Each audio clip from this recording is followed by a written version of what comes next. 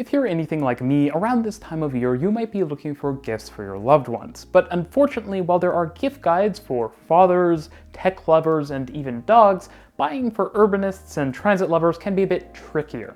So I wanted to create a gift guide this year for those of us who like sitting on buses and trains and staring at buildings. Because we too like gifts, but can be difficult to buy for. So if someone says, "What do you want?" and you're not sure, this gift guide would be a good thing to send them. So let's look at some cool urbanisty and transit related things that I think the loved ones in your life might enjoy this holiday season, or really any year. This stuff is mostly pretty timeless.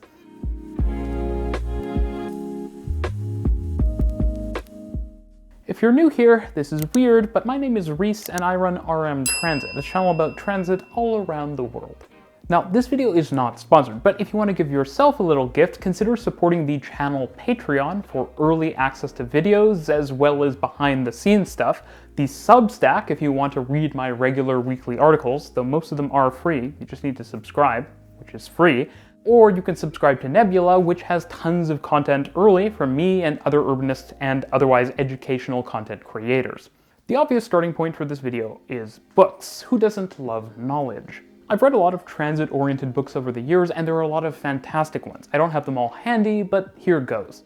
Transit Maps of the World is full of transit maps from around the world, but Underground Cities, also by Mark Ovenden, is a really good book, and all of Mark Ovenden's stuff is really good, in fact. I'm also a big fan of Straphanger by Grescoe, which is a bit of an international tour of transit. There's also Human Transit by Jarrett, which is a bit of a holy book for transit planners, and then there's Trains, Buses, and People by Christof Spieler, which is a bit more of a North American-focused transit book. If you're into high-speed rail, then The Second Age of Rail by Murray Hughes is a really good book, and it also looks great on a coffee table. Lots of high-speed trains on there. Awesome.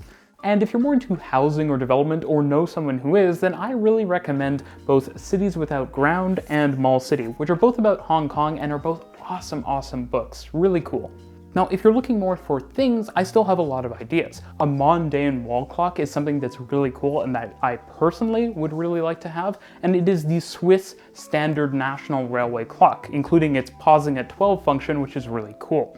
Lego models are something I do have a fair number of, and they can be a really cool thing as a desk ornament or just to decorate your house, and you get to build them with your loved ones, which is a lot of fun. Transit models in general are a really cool gift, especially if you get a loved one a certain vehicle that they spent a lot of time commuting on over the years, or something that has special significance to them. I personally really want a model of the new Berlin S-Bahn trains, which are just so good looking, so maybe that's going to be in the cards for a gift for myself this year. Now, speaking of decoration, both posters and transit maps are awesome gifts. They can scratch someone's travel itch, make them seem very sophisticated, and if you live in a big city, and your loved one does as well, it can actually be super functional just having a big transit map on the wall that you can use to plan trips. A good tip for gift givers this year is that a lot of transit systems, particularly Canadian transit systems, have online stores where you can buy all kinds of cool merch and stuff like that. But you can also buy old signs and wayfinding materials, which are super cool and great home decoration. I should also mention that a lot of systems internationally, like New York and London, have online shops where you can buy a lot of cool stuff from them via their museums. Now, if you're into urban cycling or you know someone who is, then you should consider looking at Shifter's awesome gift guide for people who are into urban cycling. But I actually have something to add to that list, and that would be a bike share pass. If your city has a bike share system that has passes or keys or something, you should get one, sign your friend or loved one up, and just give them that. It's a super functional but also just useful gift, and you're supporting your local bike share scheme.